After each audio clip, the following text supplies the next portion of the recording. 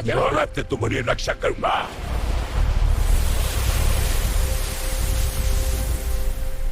हाँ, तुमने मुझे बचा लिया। घने जंगल के बीच एक शांत झील के किनारे एक युवती बैठी रो रही थी। उसका नाम मीरा था। हवा धीरे धीरे बह रही थी, लेकिन उसके मन का तूफान शांत होने का नाम नहीं ले रहा था। तभी झाड़ियों में सरसराहट हुई। मीरा डरकर उठी और इधर उधर देखने लगी। तभी उसने देखा एक सफेद चमकीला नाग धीरे धीरे उसकी ओर बढ़ रहा है। मीरा घबराकर पीछे हटने लगी। तभी नाग ने मधुर आवाज में कहा, डरो मत, मैं तुम्हें कोई नुकसान नहीं पहुंचाऊंगा। मीरा हैरान रह गई। उसने कांपते हुए पूछा, तुम बोल कैसे सकते हो? नाग बोला, ये सब बाद में बताऊंगा, पहले मेरी मदद करो। एक शिकारी मेरे पीछे पड़ा है, अगर उसने मुझे पकड़ लिया तो मेरी जान नहीं बचेगी। मीरा ने थोड़ी देर सोचा, फिर दया से भरकर अपने दुपट्टे में उसे छुपा लिया।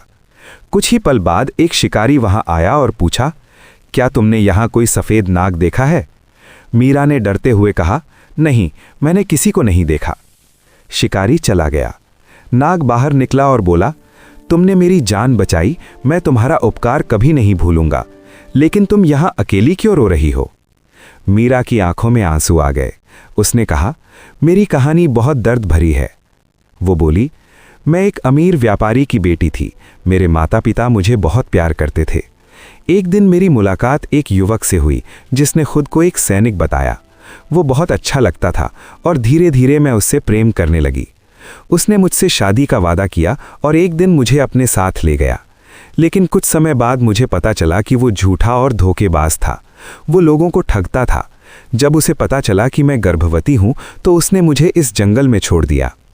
मीरा रोते हुए बोली, अब मेरे पास न घर है न सहारा। नाग ने गंभीर होकर कहा, तुमने मेरी जान बचाई है, अब मैं तुम्हारी जिंदगी बदलूंगा। वो मीरा को जंगल के अंदर एक गुप्त गुफा में ले गया। वहां बहुत सारे फल, पानी और रहने की सुरक्षित जगह थी। नाग रोज उसके लिए भोजन लाता और उसकी देखभाल करता। कुछ महीनों बाद मीरा ने एक प्यारे बेटे को जन्म दिया। नाग उस बच्चे की रक्षा करता और उसे अपने परिवार की तरह मानता। समय बीतता गया और बच्चा बड़ा होने लगा। एक दिन नाग बोला, मीरा, अब समय आ गया है कि तुम इस जंगल से बाहर जाओ, पास के नगर में जाओ, वहां तुम्हारे लिए एक नई जिंदगी इंतजार कर रही है। मीरा बच्चे को लेकर नगर पहुंची। वहां उसने मेहनत करके काम करना शुरू किया। उसकी ईमानदारी और मेहनत से लोग उसे पसंद करने लगे। धीरे धीरे वो एक सम्मानित महिला बन गई।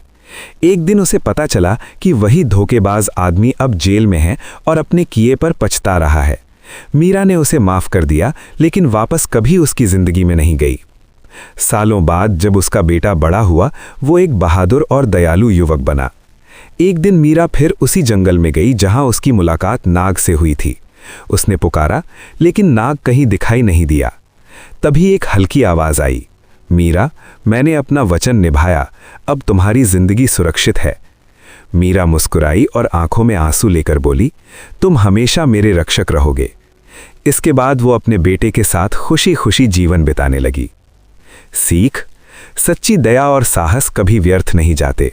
जो दूसरों की मदद करता है, भगवान उसकी मदद